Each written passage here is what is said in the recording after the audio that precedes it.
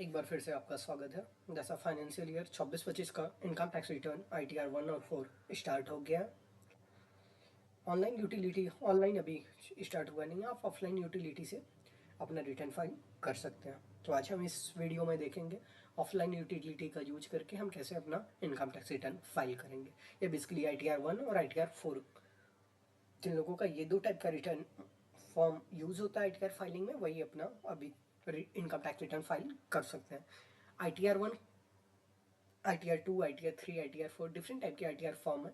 किसके लिए कौन सा ITR फॉर्म अप्लीकेबल होगा, इसका एक सेपरेट वीडियो मैंने बना के ऑलरेडी अपलोड कर दिया है। आपको अगर उसका रिक्वायरमेंट है तो आप उस वीडियो को चेकआउट कर सकते हैं। ITR 1 बेसिकली जिसका इनका बस सैलरी है, ओनली इनकम उनका सैलरी से है, तो आप ITR 1 सबमिट करिए। और ITR 4 आपका बिजनेस इनकम है और आप प्रिज्यूमटिव टैक्स स्कीम में जाके अपना इनकम डिस्क्लोज करना चाहते हैं तो आप ITR 4 सबमिट कर सकते हैं। याद रखिएगा आपका कोई भी कैपिटल गेन से इनकम ना हो। अगर कैपिटल गेन से इनकम है तो ITR 1 और 4 आप सबमिट नहीं कर सकते। तो चलिए स्टार्ट करते हैं और हम इस वीडियो में देखते हैं कैसे हम अपना ITR 4 सबमिट करेंगे। अब हम देखेंगे ITR 4 एक्सेल यूटिलिटी हम डाउनलोड कैसे करेंगे और फाइलिंग कैसे करेंगे। एक्सेल यूटिलिटी जो भी सीट है, एक्सेल को हम फिलअप कैसे करेंगे। इसके लिए सबसे पहले हमें क्या क्या करना होगा, ITR 4 जो एक्सेल यूटिलिटी है उसे मुझे डाउनलोड करना होगा। तो आप यहाँ डाउनलोड ऑप्शन पे आके ITR 1 अगर आपका है तो ITR 1 पे क्लिक करके एक्सेल यूटिलिटी डाउनलोड कर लीजिए, अदरवाइज आप ITR 4 डाउनलोड करिए। ऑलरेडी मेरा ITR 4 डाउनलोड है एक्सेल यूटिलिटी में, मैं तो इसको चलिए जी नहीं है, मुझे डाउनलोड करना पड़ेगा क्योंकि मैंने रिमूव कर दिया इसको। ठीक है, एक बार मैंने डाउनलोड कर लिया ITR 4। ITR 4 यूटिलिटी डाउनलोड होने के बाद हमें क्या करना है, हमें सबसे पहले ना इसको अपने जिस भी फोल्डर में हम डेटा रख रहे हैं वहाँ पे इसको आप सेव कर दीजिए। अगर आपका उसी फोल्डर में सेव है तब तो ठीक है, अदरवाइज आप वहाँ सेव कर लीजिए। अब आपको क्या करना है ना, अपना लॉगिन कर लेना है। जिस भी क्लाइंट का डेटा आप फिलअप करने जा रहे हैं, जिसका फाइलिंग करने जा रहे हैं, उसको आप लॉगिन कर लीजिए। ठीक है, आपको लॉगिन करने के बाद चलिए आपको सबसे पहले क्या करना है, इनका लॉगिन कर देना है।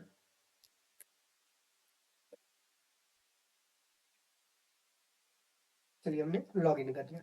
लॉगिन करने के बाद ना हमें सबसे पहले चीज क्या देखना होता है, AIS एनुअल इंफॉर्मेशन सिस्टम।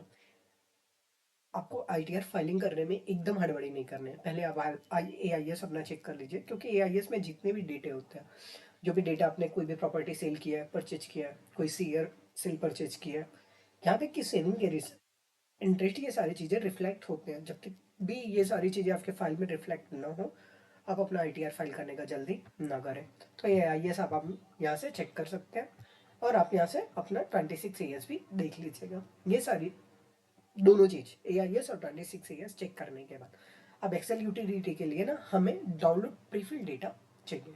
तो आप क्या करेंगे, सबसे पहले डाउनलोड कैसे हम डाउनलोड करेंगे, आप लॉगिन करने के बाद ई फाइल पे आइएगा। ई फाइल आने के बाद ना आपका income tax written first option, और इनकम टैक्स रिटर्न में आप देखिए 5th नंबर आपका डाउनलोड प्रीफिल डेटा, यहाँ क्लिक करेंगे और आप अपना करंट ईयर आपका 25-26 असेसमेंट ईयर है, इसको सेलेक्ट कर लीजिए और डाउनलोड कर लीजिए। अब क्या हो रहा है ना, आपका प्रीफिल डेटा डाउनलोड हो गया, अपने उसी फोल्डर में आप पेस्ट कर दीजिए। अब अपना एक्सेल यूटिलिटी एक्सट्रैक्ट करिए। यहाँ पे जो भी आपने ITR 4 डाउनलोड किया था उसको एक्सट्रैक्ट करने के बाद एक काम करिएगा, जैसे ही एक्सट्रैक्ट होता है एक्सेल शीट पे आप राइट क्लिक करके शो मोर, अगर आप में किसी में ये ऑप्शन नहीं शो हो रहा है, शो मोर को ऑप्शन में आप जाइएगा और यहाँ पे देखिए प्रॉपर्टीज में आइएगा और एक बार में इसको आप अनलॉक कर दीजिएगा। अनलॉक करने के बाद इसको आप ओपन करिए।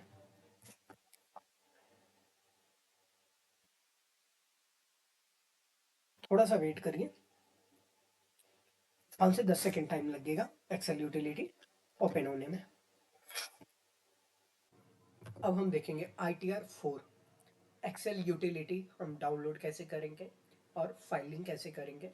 एक्सेल यूटिलिटी जो भी सीट है ओपन होने के बाद को हम फिलअप कैसे करेंगे, क्या करना होगा। इसके लिए सबसे पहले हमें क्या करना होगा, ITR4 जो एक्सेल यूटिलिटी है उसे मुझे डाउनलोड करना। चलिए मैंने एक बार फिर से यहाँ डाउनलोड ऑप्शन कर दिया। ITR1 अगर आपका है तो ITR1 पे क्लिक करके एक्सेल यूटिलिटी डाउनलोड कर लीजिए, अदरवाइज आप ITR4 डाउनलोड करिए। ऑलरेडी मेरा ITR4 डाउनलोड है एक्सेल यूटिलिटी में, मैं तो इसको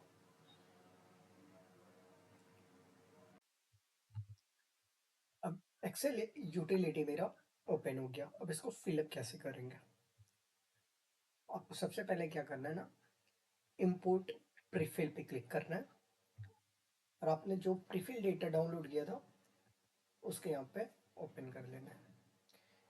अब इससे क्या होगा, आपका जितना बेसिक इन्फॉर्मेशन है वो सारा यहाँ पे फिलअप हो जाएगा, जो ऑलरेडी इनकम टैक्स में ऑलरेडी आपने फिलअप करके रखा हुआ है।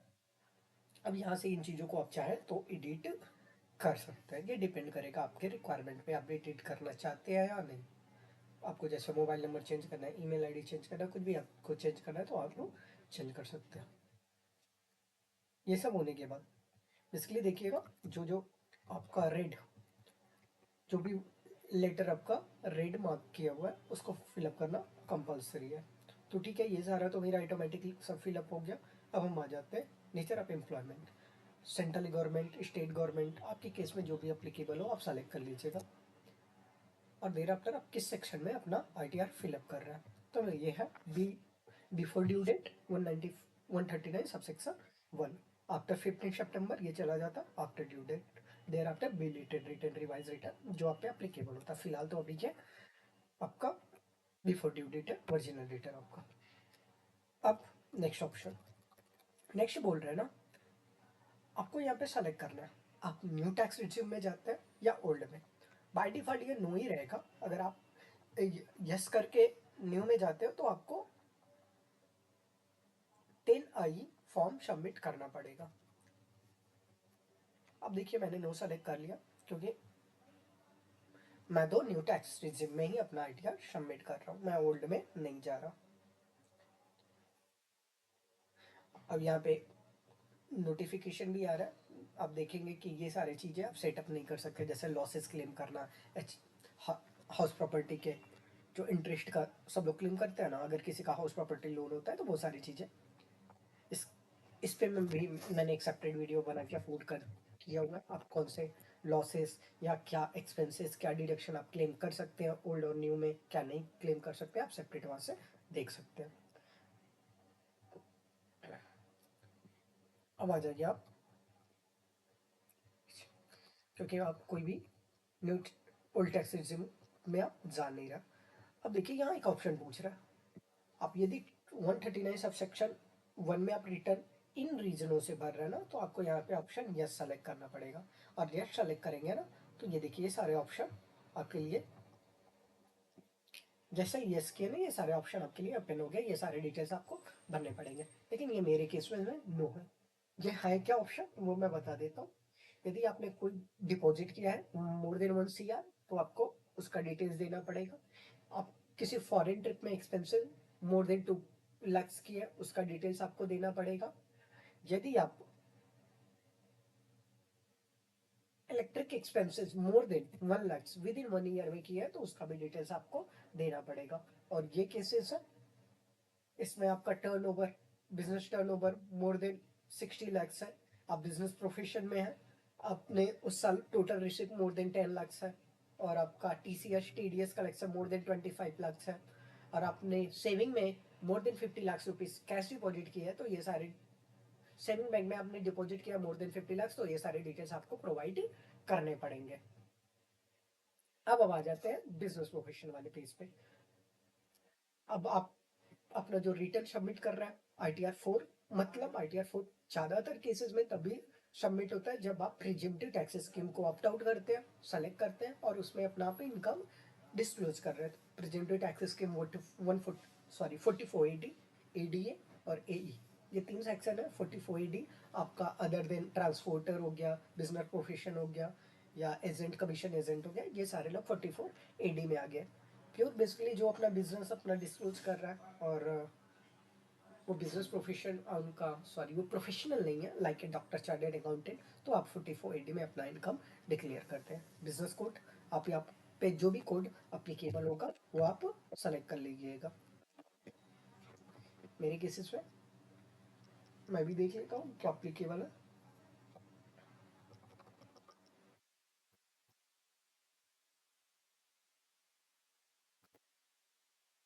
ठीक है, अब मोर देन वन बिजनेस है तो आप उसके भी डिटेल्स दे सकते हैं। यहाँ पे आप अपना टर्नओवर डिक्लेयर कर लीजिए। आप कैश में आपका सेल है तो कैश वाला डिटेल्स डालिए। आपका अकाउंट पे चेक है तो आप वो भी डिक्लेयर कर सकते हैं। मेरे केसेस में टर्नओवर मैं देख लेता हूँ कितना है, 36,95,520।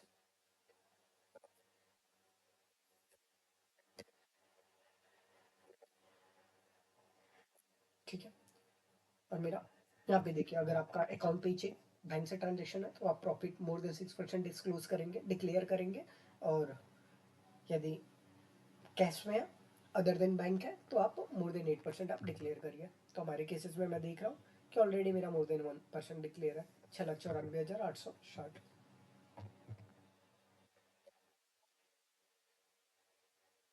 ये हो गया मेरा। ओके, अब देखिए ना बैलेंस शीट के डेटे में आ जाते हैं। बैलेंस शीट में हमें क्या क्या डेटा फिलअप करना है। आप चाहे आपका जीएसटी है तो आप जीएसटी डिटेल्स भी यहाँ दे सकते हैं, नहीं है तो आप छोड़ दीजिए उसे। अब यहाँ पे देखिए ना आप चाहे तो पूरा बैलेंस शीट फिलअप कर सकते हैं, बट यहाँ पे फोर इन्फॉर्मेशन फिलअप करना कंपलसरी होता है: डेटर, क्रेडिटर, स्टॉक और कैश। तो क्रेडिटर मैं देख लेता हूँ, मेरे बैलेंस शीट में मेरा क्रेडिटर है 2,77,730 रुपये। इन्वेंट्री मेरे है 7,19,670। डेटर मेरा है 4,28,440। और कैश मेरा है 78,650। ओके, ये मेरा बैलेंस शीट। आप चाहे तो सारा बैलेंस शीट पूरा फिलअप कर सकते हैं, डिपेंड करता है। अब देखिए आपका कोई टीडीएस कट है तो उसका सारा डिटेल्स रिफ्लेक्ट कर रहे हैं तो ठीक है, अदरवाइज आप सारा यहाँ पे डिटेल्स आपको भरना पड़ेगा। टैन नंबर, ये सैलरी की केसेस में फॉर्म 16 आपको एम्प्लॉयर आपका इशू किया होगा। अगर आपका सैलरी से इनकम है तो ये सारा टीडीएस का डिटेल्स आपका इसमें आएगा। अदर देन सैलरी है तो ये सारा यहाँ पे आ जाएगा। टीसीएस आपका यहाँ पे कोई आपने एडवांस टैक्स पेमेंट किया है तो वो सारे डिटेल्स आप आईटी वाली पेज पे कर दीजिएगा। आपका टीसीएस कटा हुआ है तो उसके टीसीएस के सारे डिटेल्स यहाँ आ जाएंगे। अब ये सब करने के बाद ना एक बार मैं फिर से इनकम डिटेल्स वाले पेज पे आ जा रहा हूँ। यहाँ पे देखिए पेज आप वैलिडेट हमेशा करते रहिएगा। ये मेरा सीट दिखा रहा है, ओके ठीक है। अब मैं एक चीज देखा ना, मेरा सैलरी मेरे केस में है नहीं, मेरा बिजनेस इनकम हो गया। हाउस प्रॉपर्टी मेरा है नहीं, पेड अप इनकम आप सारा देख लीजिएगा।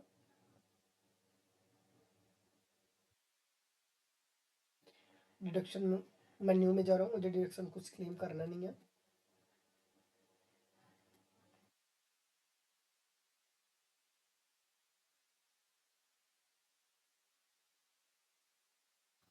अदर सोर्सेज में ये देखिए सेविंग बैंक से मेरा इंटरेस्ट है,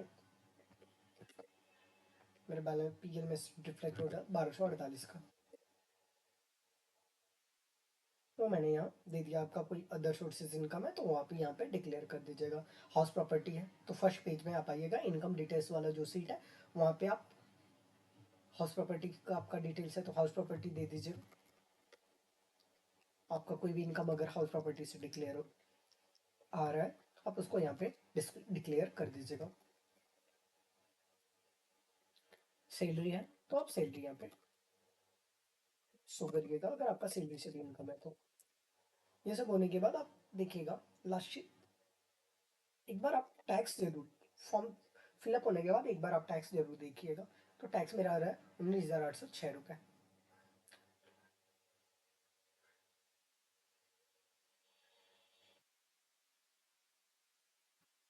ये सीट ओके है। बिजनेस प्रोफेशन, इस पे भी मैं आ रहा हूँ, वैलिडेट कर दे रहा हूँ। Business profession okay. टीडीएस में आ रहा है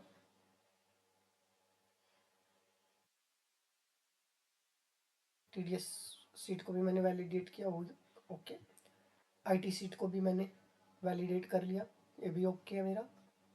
टीसीएस सीट को भी मैंने वैलिडेट कर लिया, ओके है मेरा। टीसीएस टीडीएस ये सारे डिटेल्स आप फॉर्म 1626 एएस से और टीडीएस की डिटेल्स से 100% आप फॉर्म 16 ये सारी चीज़ें आप सबमिट करने के बाद एआईएस 26 एएस और फॉर्म 16 ये सारा सिर्फ आप एक बार चेक कर लीजिएगा अपना।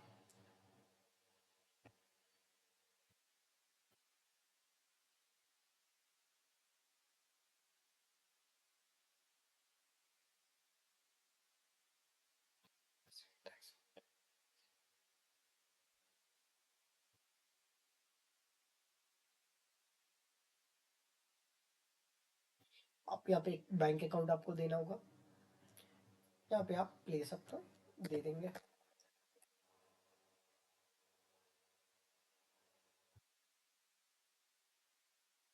ये भी सीट मेरा बोल दिया वेरिफिकेशन ओके है।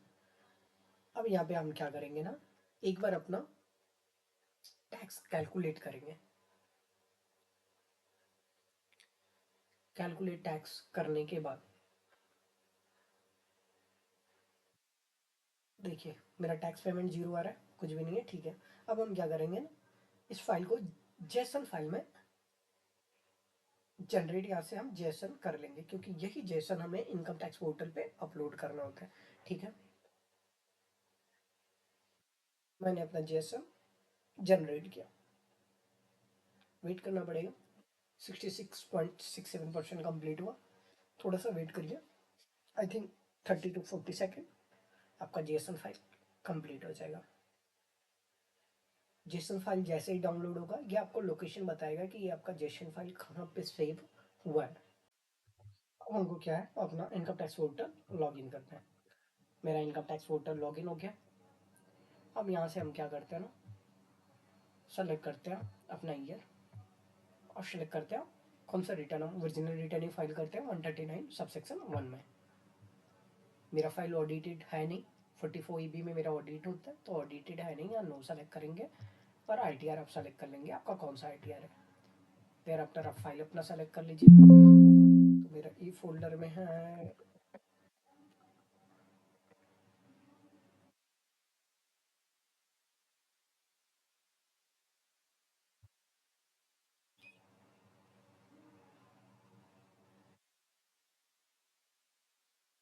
935 937, ये मेरा जेसन फाइल है। मैं अपलोड करता हूँ और जैसा मैं देखिए वैल्यू सक्सेसफुल, मतलब कोई एरर नहीं है, मेरा फाइल सही ही सक्सेसफुल जनरेट हो गया। हम यहाँ पे प्रोसीड टू वेरीफाई करते हैं। अब या तो मैं इंस्टेंट वेरीफाई कर सकता हूँ या 30 डेज बाद भी वेरीफाई कर सकता हूँ, तो मैं 30 डेज बाद सब भी करूँगा और मैं कंटिन्यू कर देता हूँ। सबमिट, मेरा रिटर्न सबमिट हो गया, सक्सेसफुल सबमिट माई रिटर्न। अब आपको ई